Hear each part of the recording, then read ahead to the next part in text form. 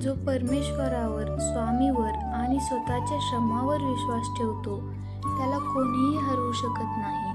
जगात सर्वात मोठी ताकद ही पैशात नाही, तर श्रद्धा, संयम आणि सतत प्रयत्न यात आहे.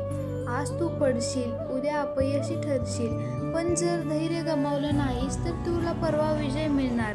मन शांत ठेवा, कर्म करीत राहा, बाकीची काळजी मी घेईन. फक्त योग्य मार्गाने मेहनत कर, यश तुला नक्कीच मिळणार. श्री स्वामी समर्थ.